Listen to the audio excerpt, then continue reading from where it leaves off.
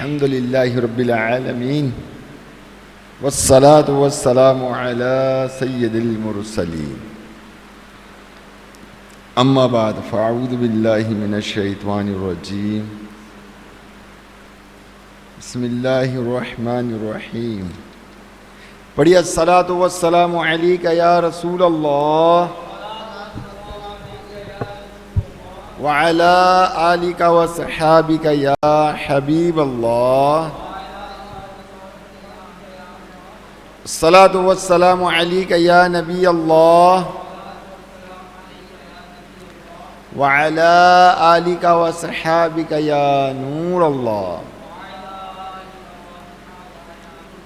اللهم صل وسلم وبارك على سيدنا ومولانا محمد النبي الأمي الحبيب العالي القدر العظيم الجاه وعلى آله وصحابه وبارك وسلم صلاة وسلاما عليك يا سيدي يا سيدي يا مكي يا مدني يا عربي يا قريشي يا هاشمي يا ملجأ يا طبيبي يا كريمي يا رسول الله. اعتکاف کی نیت فرما لیں. نویت سنت الاعتکاف. رسول اکرم شاہ بنی آدم صلی اللہ علیہ وآلہ وسلم کا فرمان عالی شان ہے، میرا جو امتی اخلاص کے ساتھ مجھ پر ایک مرتبہ درود پاک پڑھے گا، اللہ عز و جل اس پر 10 رحمتیں اتارے گا، اس کے 10 درجات بلند فرمائے گا، اس کے لیے 10 نیکیاں لکھے گا اور اس کے 10 گناہ مٹا دے گا. صلو علی الحبیب اللہم صلی وسلم وبارک علی سیدنا مولانا محمد النبی الامی الحبیب العالی القدر العظیم الجاہ وعلی آلہ وصحابہ وبارک وسلم صلاة وسلاما علیکہ یا سیدی یا سیدی یا سیدی یا مکی یا مدنی یا عربی یا قریشی یا ہاشمی یا ملجا یا طبیبی یا کریمی یا رسول اللہ. میرے میٹھے محترم اسلامی بھائیوں، بندہ جب کسی سے محبت کرتا ہے تو اس کا ذکر بھی کثرت کے ساتھ کرتا ہے. یہ محبت کا تقاضا ہے. اور پھر محبت عقیدت والی ہوتی ہے، محبت عقیدت والی ہوتی ہے تو پھر وہ اس کے نقش قدم پر بھی چلنے اور اس کی اداؤں کو اپناتا ہے، یعنی اس کے قول و فعل پر وہ عمل کرتا ہے، یہاں تک کہ وہ اسی طرح کی اس کی نقل کرتا ہے. کیونکہ محبوب کی اداؤں کو پسند کیا جاتا ہے اور یہ سب کی سب محبت کی علامت ہے اور محبت میں سچائی کی دلیل ہے. کیونکہ ہم بھی اپنے پیارے پیارے آقا مدینے والے مصطفیٰ صلی اللہ علیہ وآلہ وسلم سے محبت کرتے ہیں. ہمیں اپنی محبت کی سچائی کو پرکھنے کے لیے غور کرنا چاہیے کہ ہم اپنے آقا و مولا صلی اللہ علیہ وآلہ وسلم کی پیاری پیاری میٹھی میٹھی سنتوں اور نرالی اداؤں کو کس حد تک اپناتے ہیں. ہم نور والے آقا صلی اللہ تعالی علیہ وسلم کی سنتوں پر کس قدر عمل کرتے ہیں،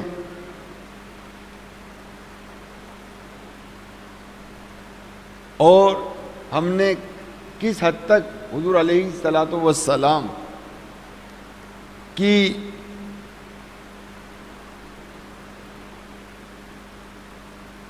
زندگی کا ہم نے ان کا مشاہدہ کیا، کتنا مطالعہ کیا، آپ کے حسن اخلاق کو دیکھا. کیونکہ آپ کے سامنے محبت کرنے والے بھی آئے اور آپ صلی اللہ تعالی علیہ وسلم سے دشمنی رکھنے والے بھی سامنے آئے، اور ان سب کے ساتھ آپ نے اپنے حسن اخلاق سے، خلق عظیم سے نہ جانے کتنے لوگ صحابہ کرام کی فہرست میں آ گئے کفر کو چھوڑ کر۔ تو پیارے محترم اسلام بھائی، جو محبت کرنے والے تھے وہ آپ کے سامنے موجود ہوتے تھے، تو وہ آپ کا وضو جب فرماتے اور جو جسم سے پانی ٹچ ہو کر نکلتا تھا وہ اس کو بھی زمین پر گرنے نہیں دیتے تھے، بلکہ اس سے بھی وہ فیضیاب ہوا کرتے تھے صحابہ کرام۔ صحابہ کرام علیہم رضوان کی مثالیں تو دنیا بھر میں نہیں مل سکتی ہیں، آپ یہ سمجھ لیجئے۔ ان کی قربانیوں کی، ان کی محبت کا انداز، ان کا پیار کا انداز، اور پھر اطاعت الہی اور اطاعت رسول کا انداز، یعنی حکم خداوندی عز و جل اور حکم رسول اللہ صلی اللہ علیہ وسلم۔ آئیے کچھ ان کی زندگی پر مختصراً نظر ڈالتے ہیں، جس کو ہم سیرت مصطفیٰ کہتے ہیں، اور سیرت در حقیقت میں سنت کہ حضور علیہ الصلوۃ والسلام کی سنتوں پر غور کرتے ہیں کہ آپ نے زندگی جو ہے وہ کتنے حسین لمحات میں جو ہے دنیا میں ظاہری زندگی میں گزاری، اور ہمیں آپ کی زندگی سے جو سبق ملا اس سبق کو ہمیں اپنی زندگی کا حصہ بنا کر اس پر عمل پیرا ہونا ہے۔ تو انشاءاللہ تبارک و تعالی ہماری زندگی جو ہوگی وہ حضور علیہ الصلوۃ والسلام کے عین سنت کے مطابق ہوگی، تو ہمیں اس کی رحمتیں بھی ملیں گی، برکتیں بھی ملیں گی، اور گویا کہ ہم سنتوں پر عمل کرتے ہوئے جب زندگی گزاریں گے تو ہمارا ایک ایک لمحہ عبادت میں شمار کیا جائے گا۔ ام المومنین حضرت عائشہ صدیقہ رضی اللہ تعالی عنہا فرماتی ہیں کہ رسول اللہ صلی اللہ تعالی علیہ وسلم سے زیادہ کوئی خوش اخلاق نہیں ہے۔ آپ صلی اللہ علیہ وآلہ وسلم کے صحابہ یا آپ کے گھر والوں میں سے جو کوئی بھی آپ کو پکارتا تو آپ لبیک یعنی میں حاضر ہوں کہہ کر جواب دیتے۔ حضرت جریر رضی اللہ تعالیٰ عنہ ارشاد فرماتے ہیں کہ میں جب سے مسلمان ہوا کبھی بھی رسول اللہ صلی اللہ علیہ وآلہ وسلم نے مجھے اپنے پاس آنے سے نہیں روکا۔ جس وقت بھی مجھے دیکھتے اور سب کے ساتھ مل جل کر رہتے کہ مجھے جب بھی وہ دیکھتے میرے آقا تاجدار مدینہ علیہ الصلوۃ والسلام مسکرا دیتے، اور آپ صلی اللہ تعالی علیہ وسلم اپنے صحابہ کرام علیہم رضوان سے خوش طبعی بھی فرماتے۔ یہ نہیں کہ مطلب خریٹ ہو گئے، عام طور پہ بعض لوگ ہوتے ہیں چہرے سے بھی ان سے خریٹ پن جو ہے نا وہ نمایاں ہو رہا ہوتا ہے، نہیں، چہرے پہ جب سختی ہوگی تو خریٹ پن ہوگا، چہرے پہ جب مسکراہٹ ہوگی تو اس میں نرمی ہوگی۔ تو مسکرانا جو ہے رسول اللہ صلی اللہ علیہ وآلہ وسلم کی سنت مبارکہ ہے۔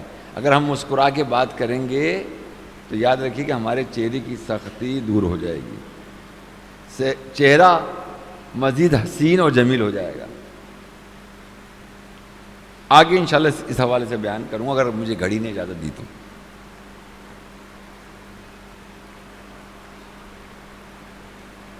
ہر ایک سے گفتگو فرماتے، صحابہ کرام علیہم رضوان کے بچوں سے بھی خوش طبعی فرماتے، ان بچوں کو اپنی مبارک گود میں بٹھا لیتے، آزاد غلام اور مسکین سب کی دعوتیں قبول فرماتے، مدینے کے دور دراز مقامات پر رہنے والے مریضوں کی عیادت کے لیے تشریف لے جاتے، معذرت کرنے والے کی معذرت قبول فرما لیا کرتے تھے۔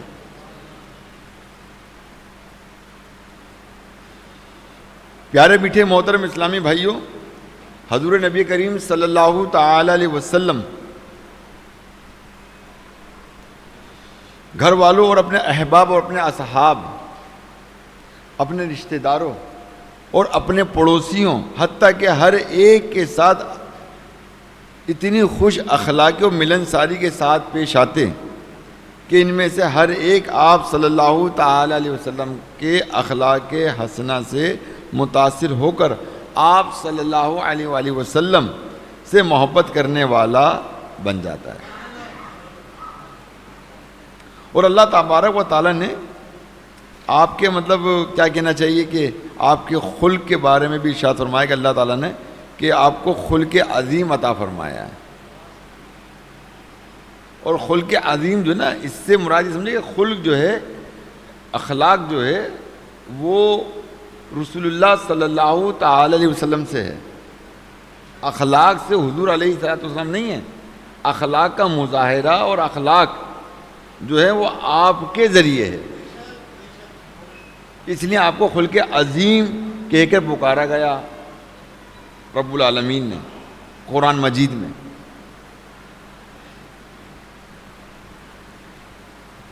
تو یہی وجہ ہے پیارے محترم اسلامی بھائیوں کہ جب کوئی آپ کو بلاتا تو آپ جواب میں لبیک ارشاد فرماتے ہیں، مگر افسوس کہ فی زمانہ اگر ہم اپنی حالت پہ غور کریں تو ہمارے گھر والے اور دوست احباب رشتہ دار الغرض ہم سے تعلق رکھنے والے ہماری بد اخلاقی اور زبان درازی کی وجہ سے ہم سے دور بھاگتے ہیں،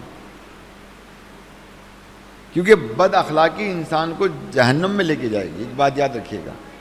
اور اخلاق جو نا، حسن اخلاق بندے کو جو ہے وہ جنت میں لے کے جائے گا۔ اور اس چیز پر تمام حضرات غور کیجئے، جو شاید روایت میں نے پہلے بھی سنائی ہوگی، میں پھر سناتا ہوں اخلاق کے حوالے سے اور بد اخلاقی کے حوالے سے، کہ جو انسان کی جو زبان ہے نا، یہ تلوار سے کہیں زیادہ خطرناک، پستول کی گولیوں سے زیادہ خطرناک ہے۔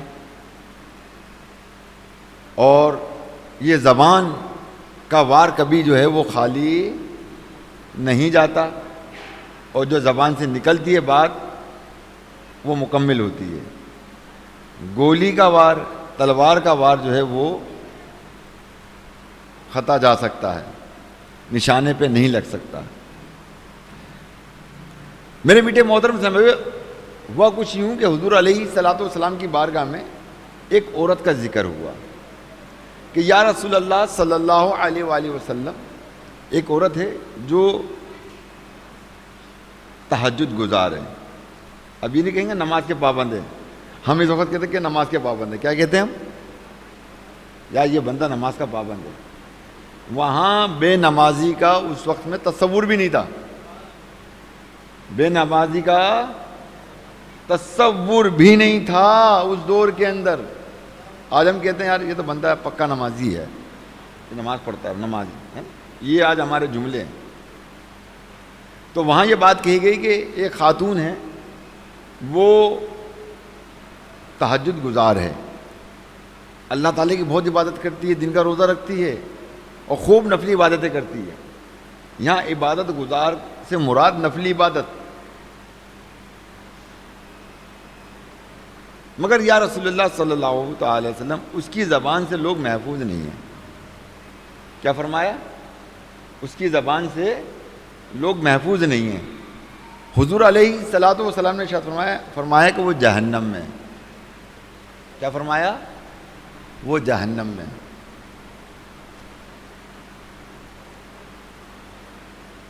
آئیے اب ایک اور خاتون کا ذکر ہوتا ہے حضور علیہ الصلوۃ والسلام کی بارگاہ میں کہ یا رسول اللہ صلی اللہ تعالی علیہ وسلم، ایک اور ایک اسلامی بہن ہے کہ جو عبادت میں نہیں ہے، وہ بس فرائض واجبات ادا کرتی ہیں اور اپنی زبان سے کسی کو ایذا نہیں پہنچاتی،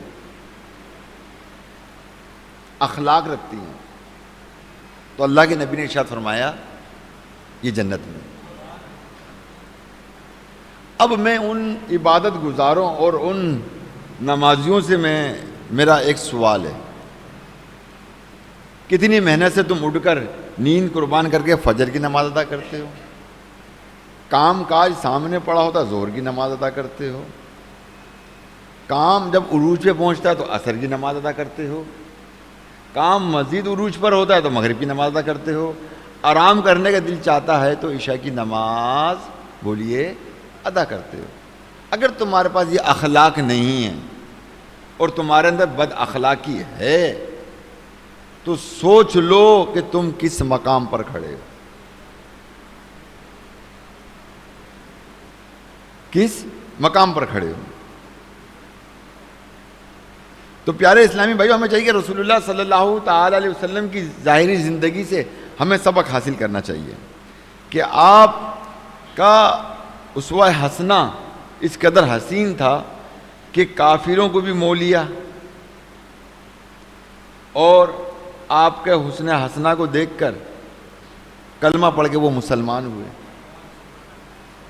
اور قرآن مجید بھی جو ہے وہ شاہد ہے کہ لَقَدْ كَانَ لَكُمْ فِي رَسُولِ اللَّهِ أُسْوَةٌ حَسَنَةٌ، بے شک تمہیں رسول اللہ کی پیروی بہتر ہے۔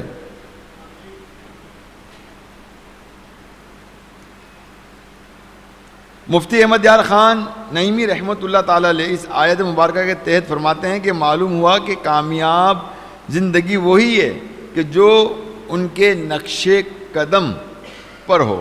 اگر ہمارا جینا مرنا سونا جاگنا حضور علیہ الصلاۃ والسلام کے نقش قدم پر ہو جائے تو یہ سارے کام عبادت بن جاتے ہیں۔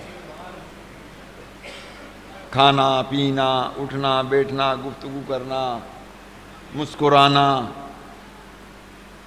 اب میں کہوں گا استنجا پانی کرنا سنت کے مطابق، سب سنت کے مطابق ہو، سنت کے مطابق آئیں گے، سنت کے مطابق جائیں گے، سنت کے مطابق تجارت کریں گے، سنت کے مطابق ہم مطلب یہ ہے کہ کسی کی نوکری کرتے تو ایمانداری سے نوکری کرنا ہے، کیونکہ آج چند سکوں کے خاطر لوگ جو نا وہ کیا کہنا چاہیے کہ وہ چٹنگ کر کے حرام روزی کماتے ہیں، اور وہ تھوڑی سی بہت چٹنگ ہوتی ہے، کتنی ہوتی ہے تھوڑی، اس میں سمجھ لیں کہ 95% آپ کا حلال ہوتا ہے، مگر 5% جو ہے چٹنگ کر کے اس 95% کو بھی ناپاک کر دیتے ہیں، جھوٹ بول کے کر دیتے ہیں، جھوٹ لکھ کے کر دیتے ہیں، چند سکوں کے خاطر کر دیتے ہیں۔ اب دور مت جائیں، اس کی چھوٹی سی مثال ہے کہ آپ نے غسل کے لیے ایک بالٹی کا اہتمام کیا، اس کو بھرا، غلطی سے آپ کا ہی پیشاب کا ایک قطرہ اس میں چلے گیا، وہ بتاؤ کیا ہوا پانی کا؟ قطرہ کتنا ہے؟ ذرا سا قطرہ ہے نا، قطرہ، ایک قطرہ چلے گیا۔ ایمانداری سے مجھے بتائیں کیا آپ اس سے غسل کریں گے؟ آپ جواب دیجیے، نہیں کریں گے نا۔ تو بھائی سارے لوگ جو نا مطلب آپ ہی نہیں، میں یہ کہتا ہوں محنت لوگ 100% کرتے ہیں روزی کمانے کے لیے، 100% جو ہے وہ محنت کرتے ہیں، مگر اپنی حرکات اپنی سکنات اپنی نیت کے سبب اپنی لالچ کی سبب جو ہے نا اچھی بھلی روزی کو وہ خراب کر دے۔ تو بہرحال چلیں آج انشاءاللہ سنتوں پر عمل کرنے کی کچھ برکتیں بیان کرنے کی کوشش کروں گا تاکہ ہمارے اندر سنتوں کا جذبہ بیدار ہو سکے، کہ جو لوگ اٹھتے بیٹھتے چلنے پھرنے اور سونے جاگنے کھانے پینے اور گفتگو کرنے میں پیارے پیارے آقا مدینے والے مصطفیٰ صلی اللہ تعالی علیہ وسلم کی سنتوں کو اپناتے ہیں، رب کریم کی رحمتیں ان پر چھماچم برستی ہیں، کیونکہ سنتوں پر عمل کرنے والوں کو رب کریم کی رضا نصیب ہوتی ہے۔ سنتوں پر عمل کرنے والوں کا شمار رب کریم کے پسندیدہ بندوں میں ہوتا ہے، سنتوں پر عمل کرنے والوں کو خوف خدا نصیب ہوتا ہے، سنتوں پر عمل کرنے والوں کو فکر آخرت کی سوچ ملتی ہے، سنتوں پر عمل کرنے والوں کو حقیقی محبت رسول نصیب ہوتی ہے، سنتوں پر عمل کرنے والوں کو کئی شہیدوں کا ثواب دیا جاتا ہے، سنتوں پر عمل کرنے والوں کو 2 دونوں جہاں میں کامیابی نصیب ہوتی ہے۔ سنتوں پر عمل کرنے والوں کو پیارے آقا مدینے والے مصطفیٰ صلی اللہ تعالی علیہ وسلم کی خوشنودی اور قرب حاصل ہوتا ہے۔ آپ نے اس پہ سبحان اللہ کم کہا، زوردار کہتے ہیں سبحان اللہ۔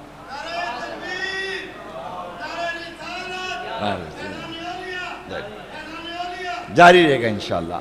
میں جو بات اب یہاں آپ کی توجہ جو دلانا چاہتا ہوں سنت کے حوالے سے، کہ مدینے والے آقا تاجدار مدینہ علیہ الصلوۃ والسلام کی خوشنودی حاصل کرنے کے ساتھ ساتھ اللہ کے نبی صلی اللہ تعالی علیہ وسلم کے وہ نزدیک ہو جاتا ہے، یعنی قرب حاصل کرنا، ان کی نزدیکی حاصل کرنا۔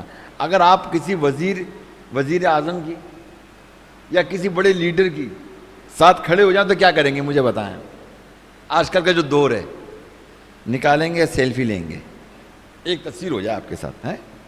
اسی طرح اگر کوئی بزرگ آ جائیں آپ کے ساتھ ایک تصویر ہو جائے، مگر دنیا دار کا حساب کتاب زیادہ ہے نا، مطلب یہ بتا رہا ہوں ایک تصویر ہو جائے، کیوں کہ لوگوں کو پتہ لگے کہ ماں بدولت جو ہے فلاں لیڈر کے ساتھ تھا یا فلاں اس کے ساتھ تھا، صحیح نا۔ تو میں نے ایک جگہ دیکھا کہ ایک دکان پہ میں گیا تو ایک دکان کے اوپر ایک ہمارے صدر پاکستان کی جو ہے تصویر جو ہے لگی ہے، اور اس کے ساتھ اس دکاندار کا جو آنر ہے اس کی تصویر لگی ہوئی ہے۔ تو بھائی اس نے کیوں لگائی ہے؟ بھائی کیوں لگائی ہے؟ کس خوشی میں لگائی ہے؟ وہ بتا یہ رہا کہ دیکھو میں ان کے اتنا نزدیک ہوں اور دیکھو ان کے ساتھ میری یہ تصویر ہے، نزدیک ہوں تصویر۔ اب جو اللہ کے نبی علیہ الصلوۃ والسلام کی سنتوں پر عمل کرتا ہوا حضور علیہ الصلوۃ والسلام کے قریب ہوگا، کیونکہ سنت پر عمل کرنے سے سب سے بڑی چیز جو انسان کے دل میں پیدا ہوتی ہے وہ ہے عشق مصطفیٰ۔ محبت مصطفیٰ تو ہے، محبت مصطفیٰ تو ہے، مگر عشق مصطفیٰ اور محبت میں فرق ہے۔ ملعان طبع میں جب شدت اختیار ہوتی ہے تو وہ عشق کہلاتا ہے۔ کیا کہلاتا ہے؟ عشق کہلاتا ہے۔ اور جب یہ طبیعت میں ہماری شامل ہوگی تو رسول اللہ صلی اللہ تعالی علیہ وسلم کے تصورات بنیں گے ہمارے اندر، بے چینی ہوگی، بے قراریاں ہوں گی، اور اسی بے چینی و بے قراری کے اندر اگر ہم مدینہ پاک میں پہنچ جائیں تو مزید اس میں اضافہ ہوگا، اور جب مزید اضافہ ہوتا ہے تو اعلیٰ حضرت رحمۃ اللہ تعالی علیہ کھلی آنکھوں سے حضور علیہ الصلوۃ والسلام کا دیدار فرماتے ہیں۔ حضرت شیخ محدث دہلوی رحمۃ اللہ تعالی علیہ حضور علیہ الصلوۃ والسلام کا دیدار فرماتے ہیں۔ حضرت جلال الدین سیوطی رحمۃ اللہ تعالی نے اپنی پوری زندگی کے اندر 75 بار کھلی آنکھوں سے حضور علیہ الصلوۃ والسلام کا دیدار کیا۔ تو جب بندہ عشق مصطفیٰ میں لبریز ہوتا ہے نا تو پھر یہ نزدیکیاں بڑھ جاتی ہیں، یہ نزدیکیاں بڑھ جاتی ہیں اور یہ دوریاں ختم ہو جاتی ہیں۔ اور یہ اسی صورت میں ہوگا کہ جب ہم سنتوں پر عمل کریں گے، اور سنت پر عمل کرنے سے دنیا اور آخرت دونوں سنورتی ہے۔ آئیے ایک واقعہ سناتا ہوں میں آپ کو۔ حضرت علی بن حسین رحمۃ اللہ تعالی علیہ نے حضرت ہبت اللہ طبری رحمۃ اللہ تعالی علیہ کو خواب میں دیکھ کر پوچھا، ما فعل اللہ بیکا، اللہ پاک نے آپ کے ساتھ کیا معاملہ فرمایا؟ حضرت ہبت اللہ رحمۃ اللہ تعالی علیہ نے جواب دیا کہ اللہ پاک نے میری مغفرت فرما دی۔ اس پہ بھی سبحان اللہ کم نکلا نا۔ اگر اس کے برعکس میں یہ دیکھو، میں آپ کو ٹوکتا اس لیے ہوں کہ چیزوں کو سمجھا کریں، چیزوں اور اس کی اہمیت میں نے شاید آپ کو بتائی تھی۔ اس حدیث سے آپ اندازہ لگا لیجئے اس کی اہمیت کس قدر اہمیت ہے کہ جب حضرت عائشہ صدیقہ رضی اللہ تعالی عنہا نے رسول اللہ صلی اللہ تعالی علیہ وسلم کی بارگاہ میں عرض کی کہ یا رسول اللہ صلی اللہ تعالی علیہ وآلہ وسلم، آپ کو معلوم ہو کہ آج کی شب لیلۃ القدر کی شب ہے، تو آپ کیا دعا کریں گے؟ آپ کیا دعا کریں گے؟ تو آپ نے کیا فرمایا کہ میں اللہ کی بارگاہ میں مغفرت کی دعا کروں گا۔ دنیا میں زندگی، دنیا میں رہنے، یا بلکہ دنیا میں رہ کر دنیا سے چلے جانا اور اس کا مقصد پورا ہو جانا اور اس کا ثمر اس صورت میں مل جانا، اس کا انعام اس صورت میں مل جانا کہ جاؤ تمہیں بخش دیا گیا، تمہاری خطاؤں کو درگزر کر دیا گیا، تمہیں صرف نگاہ رحمت سے دیکھا گیا، تمہاری کوتاہیوں کو، تمہاری نادانیوں کو اور تمہاری جان بوجھ کے گناہوں کو تمہیں ہم نے معاف کر دیا، نہ ہم تمہیں شرمندہ کرتے ہیں، نہ ہم اس پر تمہیں ہراساں کرتے ہیں، جاؤ تمہاری بے حساب بخشش و مغفرت کر دی۔ کتنا بڑا انعام ہے یار، ہمارا دنیا میں آنے کا مقصد کیا ہے؟ قرآن کیا ارشاد فرماتا ہے جس کا مفہوم ہے نا کہ ہم نے موت اور زندگی کو اس لیے پیدا کیا کہ ہم آزمائیں کہ تم میں سے کون زیادہ صالح نیک عمل کرتا ہے۔ اب ہم دیکھیں کہ ہمارے نزدیک کتنی نیکیاں یا نیک عمل ہم کرتے ہیں، برائیاں کرتے ہیں یا نیک عمل کرتے کیا ہیں ہم لوگ؟ اگر ہم یہ مشاہدات کرنے لگ جائیں نا کہ ہمارا پورا وقت کہاں نکلا، یقین جانیں، اور اس کے ہم عادی ہو جائیں، تو آپ واضح طور پہ اپنی زندگی میں اس چیز پر آپ کو معرفت حاصل ہو جائے گی، ہم کو معرفت حاصل ہو جائے گی کہ یہ گناہ تھا، یہ ثواب تھا، اور ہم نے اتنے گناہ کر لیے ہیں آج سارا دن میں، اور اتنی ہم نے نیک عمل کر لیا ہے۔ ایک وقت یہ آئے گا کہ وہ سارا دن نیکیوں میں گزر جائے گا، اور جس دن سارا دن نیکیوں میں گزر جائے گا نا، اس وقت اپنی دل کی کیفیت دیکھیے گا، اس وقت اس دل کی کیفیت ہی کچھ اور ہوتی ہے۔ روحانیت سے پورا جسم منور ہوتا ہے انسان کا، مہک رہا ہوتا ہے، ایک عجیب سا سرور ہوتا ہے جو انسان کو ملتا ہے۔ تو لہذا میرے پیچھے محترم اسلامی بھائی پوچھا کہ مغفرت، عرض کیا کہ کس سبب سے آپ کی بخشش و مغفرت ہو گئی، تو انہوں نے رازدارانہ انداز میں کہا کہ سنت مبارکہ پر عمل کرنے کی وجہ سے، کہ حضور علیہ الصلوۃ والسلام کی میں نے سنت پر عمل کیا تو الحمدللہ میری بخشش اور مغفرت کر دی گئی۔ امیر اہل سنت حضرت علامہ مولانا محمد الیاس عطار قادری مدثر اللہ علی اپنی مایہ ناز کتاب فیضان سنت جلد اول کے صفحہ نمبر 263 پر ایک واقعہ نقل فرماتے ہیں کہ زبردست محدث حضرت حدبہ بن خالد رحمۃ اللہ تعالی علیہ کو خلیفہ بغداد مامون رشید نے اپنے ہاں دعوت پہ بلایا۔ کھانے سے فارغ ہو کر کھانے کے جو دانے وغیرہ گر گئے تھے، حضرت حدبہ بن خالد رحمۃ اللہ تعالی علیہ نے چن چن کر تناول فرما لیے، یعنی جو دانے گرے وہ اٹھا کے آپ نے کھا لیے۔ خلیفہ بغداد نے حیران ہو کر کہا کہ اے شیخ، کیا آپ کا ابھی تک پیٹ نہیں بھرا؟ ابھی تک آپ کا پیٹ نہیں بھرا کہ جو آپ نیچے سے اٹھا کے کھا رہے ہیں؟ یہ دیکھیں آپ۔ فرمایا کیوں نہیں؟ دراصل بات یہ ہے کہ مجھ سے حضرت حماد بن سلمہ رضی اللہ تعالی عنہ نے ایک حدیث پاک بیان فرمائی کہ جو شخص دسترخوان کے نیچے گرے ہوئے ٹکڑوں کو چن چن کر کھائے گا وہ تنگ دستی اور بے خوف ہو جائے گا۔ تعویذ چاہیے کون سا؟ رزق میں برکت کا۔ کیا چاہیے؟ تعویذ چاہیے رزق میں برکت کا۔ میں دیتا ہوں سارے تعویذ ممبر پہ بیٹھ کے دیتا ہوں میں آپ کو، اب پتہ نہیں کتنا عمل ہوتا ہے یہ مجھے نہیں پتا، صحیح نا؟ وہ لکھ کے تو میں دیتا نہیں کہ وہ لکھ کے دوں، میں لکھنے دینا شروع کر دوں تو یقین جانیے کہ آپ کی مزید چھوٹی پڑ جائے گی، مزید چھوٹی پڑ جائے گی۔ تو یہ تعویذ ہے، عملی تعویذ ہے، اور یہ سنت رسول ہے صلی اللہ تعالی علیہ وسلم کہ جو دسترخوان پر جو دانے گرے ہوتے ہیں نا اس کو اٹھا کے کھا لیا جائے، تو اس سے انسان کی تنگ دستی بھی دور ہوتی ہے، اور ایک حدیث پاک ہے کہ اللہ تبارک اس کی بخشش و مغفرت بھی فرما دیتا ہے۔ اور ایک فضیلت یہ بھی ہے کہ جو چن کر کھاتا ہے نا، تو اگر اس کی نسل سے کوئی بچہ پیدا ہوگا یا بچی پیدا ہوگی وہ خوبصورت پیدا ہوگا۔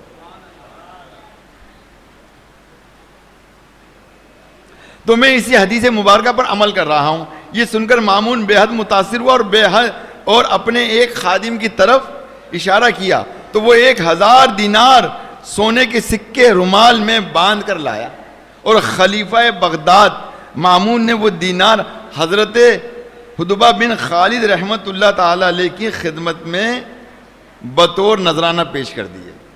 سبحان اللہ تو کہہ دیں۔ حضرت حدبہ بن خالد رحمۃ اللہ تعالی نے فرمایا الحمدللہ حدیث مبارکہ پر عمل کرنے کی ہاتھوں ہاتھ برکت ظاہر ہو گئی۔ دیکھا پیارے سن بھائی، حضور علیہ الصلوۃ والسلام کی سنتوں پر عمل کرنا اللہ اللہ اللہ برکت ہی برکت ہے، یقین جانیں۔ اور اس کی ڈھیروں برکت ہمیں ملتی ہیں، کتابیں بھری پڑی ہوئی ہیں. اور ہمارے صحابہ کرام علیہم رضوان جو نا دیوانگی کی حد تک حضور علیہ الصلوۃ والسلام کی سنتوں پر عمل کرتے تھے. کس حد تک بولیں؟ دیوانگی کی حد تک کرتے تھے. حضرت عمر فاروق رضی اللہ تعالیٰ عنہ کا جلال تو سب کو پتہ ہے، ان کی سیرت سے پتہ لگتا ہے نا آپ کو. بولیں نا آپ. حضرت عمر فاروق رضی اللہ یعنی دیوانگی کے کیا حد تک حضور علیہ الصلوۃ والسلام کی سنتوں پر عمل کرتے تھے آپ، کہ آپ ایک جھاڑ پہ سے نیچے سے گزرے، ایک جھاڑ پہ سے، تو وہاں باقاعدہ امامے کا شملہ لٹکایا اور پھر گزرتے اس جھاڑ کے نیچے سے. تو کہا کہ حضرت یہ آپ ایسا عمل کیوں کرتے ہیں؟ انہوں نے کہا ایک مرتبہ میں حضور علیہ الصلوۃ والسلام کے ساتھ جا رہا تھا اور آپ صلی اللہ علیہ وسلم کا شملہ جو تھا اس جھاڑ پہ اٹک گیا تھا، اس جھاڑ پر اٹک گیا تھا اور وہ امامہ کھل گیا تھا، امامہ جو ہے وہ کھل گیا تھا. پھر آپ نے مطلب اس کو اس میں سے نکالا اور نکالنے آپ نے اپنے دستے مبارک سے باندھا. میں ان کی اداؤں پر عمل کر رہا ہوں، ان کی سنت پر عمل کر رہا ہوں. حضرت ابو درداء رضی اللہ تعالیٰ عنہ کا متعلق ہے نا، جن سے بہت ساری حدیث مبارکہ ثابت ہیں. جب حضور علیہ الصلوۃ والسلام کو دیکھتے تو حضور علیہ الصلوۃ والسلام جب بھی بات کرتے مسکرا کے بات فرماتے، انتہا مطلب مسکرا کے بعد. تو یہ ادا انہوں نے اپنا لی. اب جب بھی بات کرتے تو مسکرا کے بات کرتے، جب بھی بات کرتے تو مسکرا کے بات کرتے. تو آپ کی والدہ محترمہ نے جب دیکھا کہ بھائی تم تو مسکرا کے بات کرتے ہو، اتنا مطلب تمہیں لوگ کیا کہیں گے، تمہارا مذاق اڑائیں گے. کہا کہ یہ میرے آقا تاجدار مدینہ علیہ الصلوۃ والسلام کی سنت مبارکہ ہے کہ جب بھی وہ گفتگو فرماتے وہ مسکراتے تھے، تو میں بھی مسکرا کر ہی بات کروں گا، میں بھی مسکرا کے ہی بات کروں گا. تو پیارے محترم اسلامی بھائیوں، جیسا کہ میں نے اسٹارٹ میں بتایا، اس وقت میں بتایا نا کہ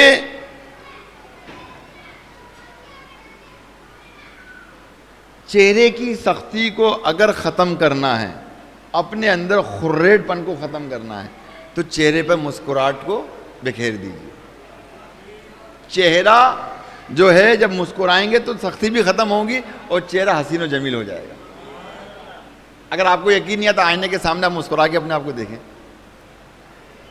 آپ کو لگے گا کیا لگے گا کہ میں نے مسکرا تو باقی میرا چہرہ کتنا حسین.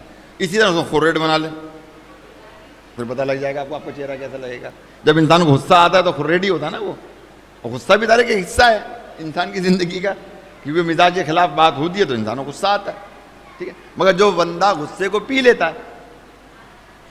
لیتا ہے تو اللہ تبارک تعالیٰ اس کی بخشش و مغفرت بھی فرما دیتا ہے. تو بہرحال پیارے اسلام بھائیوں، اور بہت ساری چیزیں ہیں، اب مجھے ٹائم بھی کنٹرول کرنا ہے، میں اسی پہ اکتفا کروں گا، نہیں تو میں آپ کو مزید اس حوالے سے اور ان کی سنتوں کی دیوانگی کے حوالے سے میں کچھ اور باتیں مزید کرتا. بہرحال اسی پہ اکتفا کروں گا. اللہ تعالیٰ آپ کو، مجھ کو، سب کو عمل کی توفیق رفیق عطا فرمائے. آمین بجاہ نبی الامین صلی اللہ تعالی علیہ وآلہ وسلم.